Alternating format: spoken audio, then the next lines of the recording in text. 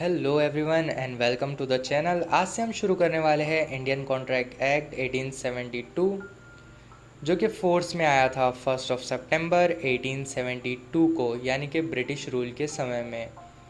Total इसमें 266 sections है, जिसका डिस्ट्रीब्यूशन कुछ इस तरह से है। सेक्शन 1 से 75 तक जनरल प्रोविज़न, 76 से 123 तक sales of goods, 124 to 147 indemnity and guarantee, 148 to 181 bailment and pledge, 182 to 238 agency, and last 239 to 266 partnership, जिसमें से सेल्स ऑफ गुड्स और पार्टनरशिप ये अलग अलग हो गए थे, जो कि है सेक्शन 76 से 123। इसका सेपरेट लेजिस्लेशन बना दिया गया 1930 में, जो कि कहलाया गया सेल्स ऑफ गुड्स। और 1932 में इंडियन पार्टनरशिप एक्ट सेपरेट हो गया, जिसके सेक्शंस थे 239 से 266 तक। अब स्टार्ट करते हैं section number 2। Section number 2A में हमें पता चलता है प्रपोज़ल को एकदम इजी तरीके से समझते हैं कि अगर एक पर्सन अपनी विलिंग को जाहिर करता है कि आप ये काम कीजिए या ये काम नहीं कीजिए, तो उसे कहा जाता है प्रपोज़ल।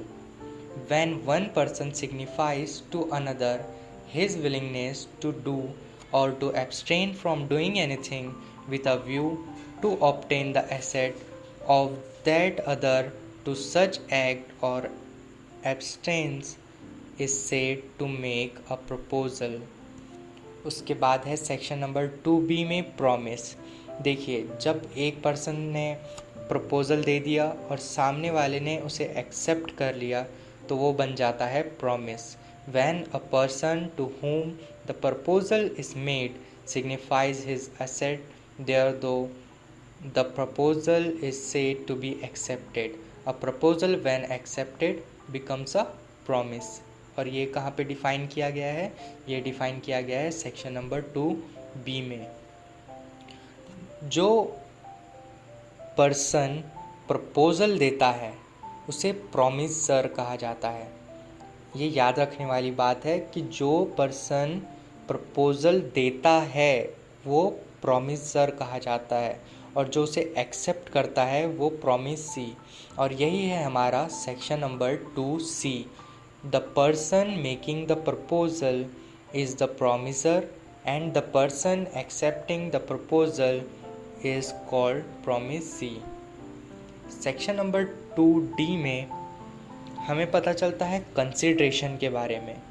सपोज़ अगर एक पर्सन है A और एक पर्सन है B, अगर वो किसी चीज़ का सौदा कर रहे हैं, यहाँ पर हम एक एग्ज़ाम्पल से समझते हैं कि पर्सन A एक पेन सेल कर रहा है 20 रुपीज़ में, और पर्सन B उसे ख़रीद रहा है, तो पर्सन B को क्या करना होगा? 20 रुपीज़ पेड करने होंगे। तो ये जो 20 रुपीज़ है वो है कंसिडरेशन, जो वो पर्सन A को देगा। तो सेक्शन नंबर 2D क्या डिफ़ाइन करता है? कंसिडरेशन, जो कि हम इस तरह से लिख सकते हैं, when at the desire of the promisor the promisee और any other person has done और एब्सटेन फ्रॉम डूइंग और does or abstains from doing or promise to do or to abstain from doing something, such act or absence of promise is called a consideration for the promise। Section 2E में हमें मिलती है agreement की definition. ये बहुत important है, यहाँ से असली शुरू होता है। तो एग्रीमेंट की डेफिनेशन कुछ इस तरह से है, every promise and every set of promise forming the consideration for each other is an agreement। Her promise या फिर सेट ऑफ प्रॉमिस जो कि कंसिडरेशन फॉर्म कर रहा है। देखिए, कंसिडरेशन यहाँ पर नेसेसरी है एग्रीमेंट कहलाए जाने के लिए। और एग्रीमेंट की डेफिनेशन हमें कहाँ मिल रही है? वो मिल रही है हमें सेक्शन 2E में। इसके बाद है सेक्शन 2F, जिसमें है promise which forms the consideration और part of the consideration for each other are called reciprocal promise. ठीक है, जो भी प्रॉमिस मिलता है और उसके अपोज में जो हम प्रॉमिस करते हैं वो कहा जाता है reciprocal promise, section number 2F में। इसके बाद है सेक्शन नंबर 2G, जिसमें है an agreement not enforceable by law is said to be void, यानी कि कानून जिसकी मनाही करता है वो एग्रीमेंट वॉइड होता है। ये हमें पता चलता है कहाँ? सेक्शन 2G में। इसके बाद सेक्शन 2H में मिलती है हमें कॉन्ट्रैक्ट की डेफिनेशन कि कॉन्ट्रैक्ट क्या होता है। An agreement enforceable by law is a contract. देखिए, हर एग्रीमेंट जो इन्फोर्सिएबल बाय लॉ हो वो कॉन्ट्रैक्ट कहलाए जाते हैं। और कॉन्ट्रैक्ट की डेफिनेशन हम इस तरह से लिख सकते हैं, an agreement enforceable by law is a contract.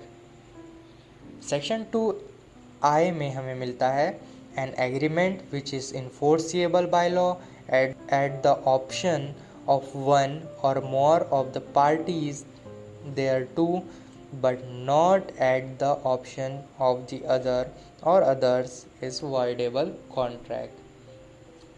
इसके बाद है सेक्शन 2J, जिसमें है a contract which cease to be enforceable by law becomes void when it cease to be enforceable। I hope आपको सेक्शन नंबर 2 और समझ में आया होगा। इसके बाद हम धीरे धीरे करके पूरा इंडियन कॉन्ट्रैक्ट एक्ट कवर करने वाले हैं। इसी तरह की जानकारी के लिए अगर आपने अभी तक चैनल को सब्सक्राइब नहीं किया है तो जल्दी से सब्सक्राइब कर ले, ताकि आपको लीगल नॉलेज मिलती रहे। See you in the next video. Till then, take care.